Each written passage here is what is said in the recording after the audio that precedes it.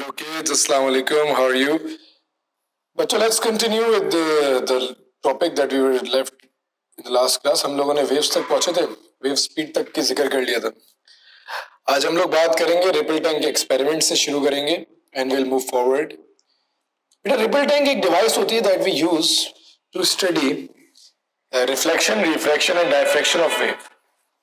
Wave के अंदर जो वाटर वेव का मोशन होता है उसको स्टडी करने के लिए हम जो डिवाइस यूज करते हैं बेटा उसको हम लोग रिपल टैंक बोलते हैं. बात समझेंगे बेटा रिफ्लेक्शन से शुरू करते हैं. रिफ्लेक्शन वर्ड हमारे जहन में क्या देता है? परछाई किसी भी चीज की है image reflection. Basically for water waves it is basically the change in direction. जब भी कोई वेव किसी चीज को हिट करे, बैरियर को हिट करे, कोई भी रुकावट को हिट करेगी, वेव टकराएगी, वापसी जाएगी, वो क्या होगी? रिफ्लेक्शन होगी. वेव आई, बैरियर को हिट किया, डायरेक्शन चेंज कर ली. This phenomena is known as reflection. For example मैं बात करता हूं कि मेरे पास एक ऑब्जेक्ट हिट करता है किसी बैरियर को जो इंक्लाइंड है. यूं आएगा, हिट करेगा, यूं चली जाएगी वेव. ठीक है ना? ऐसा ही ऑब्जर्व करो भाई, बॉल अगर मैं दीवार पे, दीवार है, मैं बॉल यूं फेंकूंगा तो यूं जाएगी, ऐसा ही होगा. तो basically reflection change in direction हो गई. हमारे पास रिफ्लेक्शन के अंदर कुछ चीजें जो हम लोगों ने पढ़नी है बेटा. फॉर एग्जांपल सबसे पहली बात कि अगर ऐसा केस हो जहां पे हमारे पास जो भी प्लेन है, जो भी ऑब्जेक्ट है, वो 45 डिग्री पे इंक्लाइंड होगा, तो अगर वेव सीधी हॉरिजॉन्टल आ रही है ना, वो टक करके सीधी वर्टिकल चली जाएगी. ठीक है, ये बात ध्यान में रखना है जस्ट फॉर कॉमन नॉलेज कि यू करके एक वेव हिट करेगी तो बिल्कुल स्ट्रेट निकल जाएगी, हॉरिजॉन्टल वर्टिकल हो जाएगी और वर्टिकल हॉरिजॉन्टल हो जाएगी. Only in the case where the plane is at 45 degree angle. अगर मैं वेव की बात करता हूं बेटा, will come to how to draw a wave, but अभी बात करें. एक वेव आई, बैरियर को हिट किया, हिट करने के बाद वापसी चली गई, रिफ्लेक्शन कर दी. ठीक है, जो वेव आ रही है वो कौन सी वेव कहलाएगी? वो इंसिडेंट वेव कहलाएगी. और जो वेव जा रही है वो कौन सी वेव कहलाएगी? रिफ्लेक्टेड वेव कहलाएगी. आ रही थी बेटा, आई, बैरियर को हिट किया, वापसी चली गई, रिफ्लेक्शन हो गई. बेटा याद रखना, ड्यूरिंग रिफ्लेक्शन के दौरान हमारे पास वेवलेंथ कभी भी चेंज नहीं होती. वेवलेंथ हमेशा क्या रहती है बेटा? इक्वल रहती है. याद रखना बेटा, इस चीज को समझ लो मेरी बात को गौर से यहाँ पे, कि अगर हम बात करें बेटा ड्यूरिंग रिफ्लेक्शन की, तो ड्यूरिंग रिफ्लेक्शन हमारे पास तीन चीजें बहुत इंपॉर्टेंट है. ड्यूरिंग रिफ्लेक्शन हमारे पास सबसे पहले वेवलेंथ जो है रिमेन सेम, वेवलेंथ सेम रहेगी. नंबर टू बेटा, जिस स्पीड से वेव आ रही है उसी स्पीड से वापस जाएगी. Wave speed also remain same, wave speed भी हमारे पास सेम रहेगी. थर्ड हमारे पास बेटा जो है, तीसरी चीज जो हमें याद रखनी है बेटा, वो ये है कि हमारे पास फ्रीक्वेंसी भी सेम रहती है. Frequency remains same. सिर्फ जो चीज चेंज होती है बेटा वो होता है एम्पलीट्यूड. एम्पलीट्यूड क्या होता है बेटा? Maximum displacement. Amplitude changes. क्यों चेंज होता है बेटा एम्पलीट्यूड? एम्पलीट्यूड चेंज होता है because of loss of energy. जब कोई चीज टक्कर मारेगी तो अपनी एनर्जी लूज करेगी. Because of loss of energy हमारे पास एम्पलीट्यूड क्या हो जाता है बेटा? चेंज हो जाता है. ये चार चीजें रिफ्लेक्शन में याद रखनी है. दिस इज अ डायग्राम जो कि हम लोग रिपल टैंक्स की बात कर रहे थे बेटा. अगर मैं इसकी फ्रंट व्यू बनाऊं तो बेसिकली अगर एक वेव मेरे पास, आप लोगों को चलो बना के दिखा देता हूँ जेनरिक व्यू. अगर मेरे पास एक वेव आ रही है, ठीक है, मैं कहता हूँ मेरे पास एक वेव आई, आके इसने हिट किया, हिट करने के बाद ये वेव जो है वापसी जाएगी. ठीक है जी, ऑब्जर्व करो यहाँ से यहाँ तक ओरिजिनल वेवलेंथ भी सेम है, रिफ्लेक्टेड वेवलेंथ भी सेम है. बट अगर मैं मीन पोजीशन ड्रॉ करता हूँ, अगर मैं एक मीन पोजीशन ड्रॉ करूं बेटा, तो ये एम्पलीट्यूड ज्यादा है और रिफ्लेक्टेड का एम्पलीट्यूड क्या है? कम है. तो ये ब्लू वाली ओरिजिनल है और पर्पल वाली रिफ्लेक्टेड वेव है, तो हमारे पास एम्पलीट्यूड डिक्रीज हो जाएगा. ठीक है, हम इसका टॉप व्यू देख रहे हैं तो हमें सिर्फ ये वेवफ्रंट्स एज लाइंस नजर आ रहे हैं. ठीक हो गया जी, लहरों का ये बेसिकली ये लहर यूं यूं वेव है. ठीक है जी, हमें सिर्फ उसके टॉप पे देख रहे हैं तो हमें सिर्फ वो लाइंस के तौर पे नजर आ रहा है, ठीक है जी। तो हमारे पास रिफ्लेक्शन के लिए हमें बात आती है कि हमें रिफ्लेक्टेड वेव ड्रॉ करने को भी आ जाती है पेपर में। बेटा इसके कुछ रूल्स हैं, समझ लीजिएगा। बेटा एक वेव आ रही है, हिट करके यहाँ चली जाएगी, ठीक है। आपके पास सिर्फ ये आने वाली वेव्स बनी होती। आपने क्या करना है बेटा, सबसे पहले आपने एक नॉर्मल ड्रॉ करना है। आपने एक नॉर्मल ड्रॉ करना है परपेंडिकुलर टू द सरफेस, और ये एंगल मेजर करना है। जो भी एंगल ये आएगा बेटा, सेम एंगल इस डायरेक्शन में मेजर करके आपने एक रिफ्लेक्टेड वेव बना देनी है। इसके लिए भी बेटा आपने एक नॉर्मल ड्रॉ किया परपेंडिकुलर टू द सरफेस, ये एंगल मेजर किया, जितना भी ये एंगल था उतना एंगल ये आएगा और आपने एक रिफ्लेक्टेड वेव बना देनी है।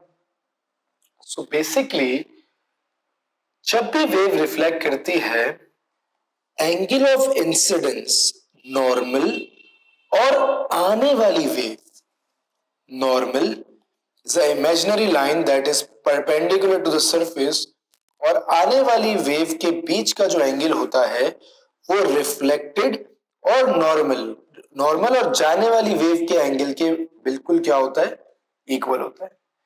तो वी कैन से कि हमारे पास जो एंगल ऑफ इंसिडेंस है वो इक्वल होगा एंगल ऑफ रिफ्लेक्शन।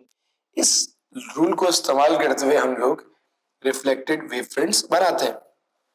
बेटा देखिएगा, अगर मैं बात कहता हूं, मैं कहता हूं भाई मेरे पास ये एक वेव है, मैंने जो है सरफेस पे नॉर्मल बनाया, ये बेटा मेरे पास एंगल ऑफ इंसिडेंस था, सेम रिफ्लेक्टेड एंगल बना के मैंने रिफ्लेक्टेड वेव बना दी।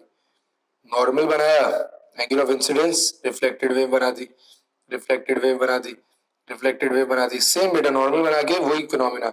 और मेरी रिफ्लेक्टेड वेव्स जो है कुछ इस तरीके से, सारी ये येलो वाली वेव्स जो हैं ये हमारे पास रिफ्लेक्टेड थी और ये इस डायरेक्शन में जा रही थी, ठीक है जी। बेटा इसके 4 रूल्स हैं। क्या रूल्स हैं भाई? Firstly draw normal to the point where the wave front strikes the barrier. Normal आपने बना लिया पहले, ठीक है जी, जो मैंने यहाँ पे भी बनाया सारे। Note the angle between the incident wave front end the normal, उसकी ऑपोजिट साइड पे draw the reflected wave on the opposite side of the normal. Normal बनाया, ये एंगल लगाया, ऑपोजिट साइड पे आपने दूसरा एंगल बनाया सेम, और रिफ्लेक्टेड वेव भी क्या कर दी, बना दी। बेटा मेरे ख्याल से आपको ये बात समझ आ गई होगी। बेटा ये हमारे पास रिफ्लेक्शन है टोटल, ठीक हो गया जी। बात अब शुरू करेंगे बेटा refraction, refraction of wave. Refraction क्या है बेटा? It is basically the change in speed of a wave जब भी वो ट्रेवल करती है एक गहराई से दूसरी गहराई। जब पानी एक गहराई से, एक डेप्थ से किसी दूसरी डेप्थ में, जैसे यहाँ पे पानी डीप है, यहाँ पे पानी शैलो है, डीप टू शैलो ट्रेवल करे या शैलो टू डीप ट्रेवल करे। अगर पानी डीप टू शैलो या शैलो टू डीप डेप्थ को चेंज करता है बेटा, तो इस फिनोमेना को हम लोग रिफ्रैक्शन ऑफ वेव बोलते हैं। अगर रिफ्रैक्शन किसी एंगल पे होती है तो इसकी वजह से वेव बेंड भी कर जाती है। It results in bending as well. बेटा बात समझेंगे, रिफ्रैक्शन ऑफ वेव में मैं कहता हूं कि बेटा मेरे पास ये एक वाटर मॉलिक्यूल ट्रांसवर्स वेव है। वाटर वेव ट्रांसवर्स होती है, ऑलरेडी हम लोगों ने पहले लेक्चर में पढ़ा था। मैंने कहा भाई मेरे पास ये जो वेव है यूं आ रही थी, ठीक है जी। आते आते आते आते जब ये शैलो पानी में गई तो कुछ इसके अंदर चीजें डिफरेंट हुई होंगी। याद रखिएगा, जब भी डेप्थ कम हो, डीप से शैलो में जाए, डेप्थ कम हो, गहराई कम हो, डीप टू शैलो मूव करे, तो बेटा वेवलेंथ और वेव स्पीड हमेशा क्या होती है बेटा, डिक्रीज होती है। If depth of a wave is decreased, therefore wavelength will decrease and wave speed also decreases. उसकी वेवलेंथ जो यहाँ पे थी, यहाँ पे लैम्डा जो था, यहाँ पे वेवलेंथ उसके मुकाबले में खुद देख सकते हो बेटा छोटी है। तो वेवलेंथ क्या होती है बेटा, डिक्रीज होती है जब डीप से शैलो में मूव करते हैं, और वेव स्पीड भी क्या होती है बेटा, डिक्रीज होती है जब आप डीप से शैलो में मूव करते हैं। बेटा अगर मैं इसी चीज को ऑपोजिट देखूं कि मैं शैलो से डीप में जाऊं, जहां गहराई कम से ज्यादा गहराई में जाऊं, शैलो टू डीप जाऊं, तो बेटा when I am travelling from shallow region to deep region, हमारे पास वेवलेंथ भी बढ़ती है, बिल्कुल ऑपोजिट होगा और स्पीड भी बढ़ेगी।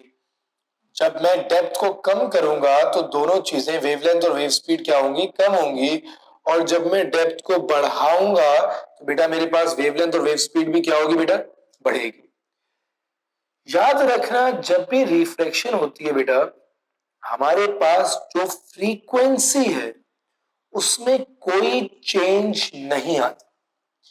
During refraction frequency remains unchanged in refraction, no change in frequency। कभी भी एमसीक्यूज में, थ्योरी के एग्जाम में हर जगह ये बात पूछता है कि ड्यूरिंग रिफ्रैक्शन क्या चीज सेम रही, व्हाट विल स्टे कांस्टेंट, क्या।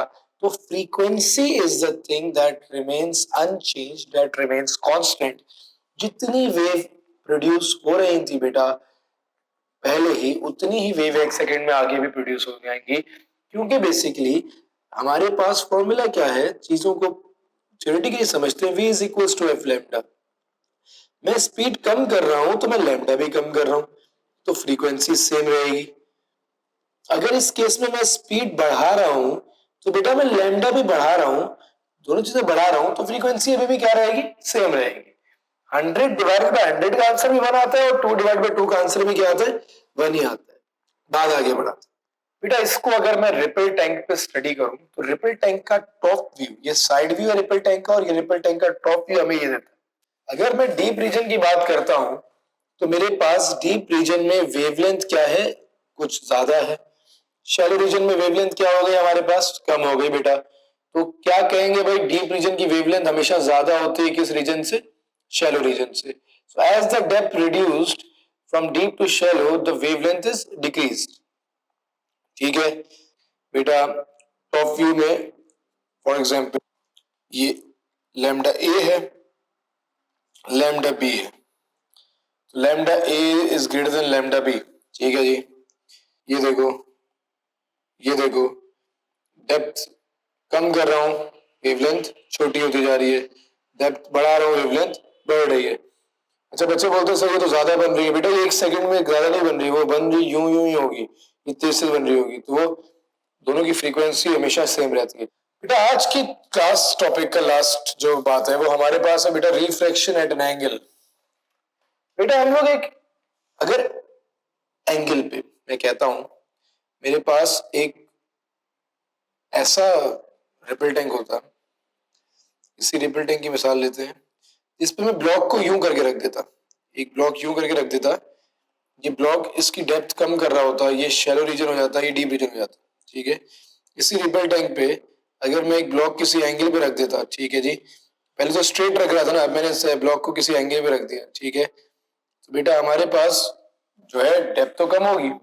अब इस फिनोमेना में जब मैं किसी एंगल पे ब्लॉक को रखता हूं तो 4 केस बनते हैं। डीप से शैलो रीजन में जा रहे हैं हमारे पास, जब भी डीप से शैलो रीजन में जाएंगे बेटा, एंगल की डायरेक्शन में वेव बेंड हो जाती है। ये हमारे पास वेवलेंथ हमारे पास अभी भी lambda 1, lambda 2, lambda 1 is greater than lambda 2, और द वेव विल बेंड हमेशा एंगल की डायरेक्शन में। ठीक है जी, सेम इधर देखो बेटा, डीप से शैलो जा रहे थे, जिधर एंगल है वेव उस डायरेक्शन में बेंड कर जाएगी। ठीक है, याद रखना लैम्डा हमेशा जो है रिड्यूस होता है, lambda 1 is greater than lambda 2। ठीक हो गया। अच्छा अगर मैं शैलो टू डीप जा रहा हूं बेटा तो एंगल के ऑपोजिट वेव बेंड हो जाती है। ठीक है, यूं नहीं बेंड होगी वेव, रिलेटिव वेव जो है इस तरफ बेंड हो जाएगी। ठीक है, अदर देन एंगल, इसका नॉर्मल कॉन्सेप्ट है, मैं खुद नहीं बताता जो है ना, अगर कोई पूछना चाहे तो बेटा मुझे मैं ईमेल कर देना, मैं तुम लोगों को इसको समझा दूंगा, बट जरूरत नहीं थी। 4 केस से मैं बोलता हूँ यार याद कर लो, गलती नहीं होती ज्यादा। ठीक है, अच्छा जी, और बेटा लास्ट केस सिनेरियो में भी देख ले बेटा कि हमारे पास जो है, अगर ये एंगल यूं था, ये वेव यूं नहीं बेंड हुई, ये ऑपोजिट बेंड हो गई। ठीक है, तो ये बेटा हमारे पास 4 केस सिनेरियोज हैं जो हम लोग डीप टू शैलो रीजन के पढ़ते हैं, और ये सारी डायग्राम्स बनानी आनी चाहिए, ये पेपर में आती है, बहुत कॉमन क्वेश्चन है, रिसेंटली पेपर में भी आया 2022 के। कि डायफ्रैक्शन को भी पढ़ लेते हैं, देन ये टॉपिक ही खत्म हो जाएगा। डायफ्रैक्शन क्या है बेटा, डायफ्रैक्शन का मतलब होता है spreading out of wave, spread होना, वेव का फैलना। जब भी ये किसी नैरो गैप से ऑब्स्ट्रक्शन से पास करे तो जब वेव फैलती है बेटा, इस फिनोमेना को डायफ्रैक्शन बोलते हैं। मैंने रिपल टैंक में थोड़ा सा जो है 2 ब्लॉक लगाए, गैप बना दिया। तो जो मेरी वेव आ रही थी वो आके क्या कर गई, थोड़ी सी स्प्रेड आउट हो गई। तो जितना कम गैप होगा उतनी ज्यादा स्प्रेडिंग होती है। इस स्प्रेडिंग को हम लोग बेटा डायफ्रैक्शन बोलते हैं। अगर मैं गैप को इंक्रीज कर दूंगा तो वेव रिलेटिवली थोड़ी कम स्प्रेड होगी पर थोड़ी कम स्प्रेड होगी बेटा। तो less gap makes more spreading and more gaps make less spreading.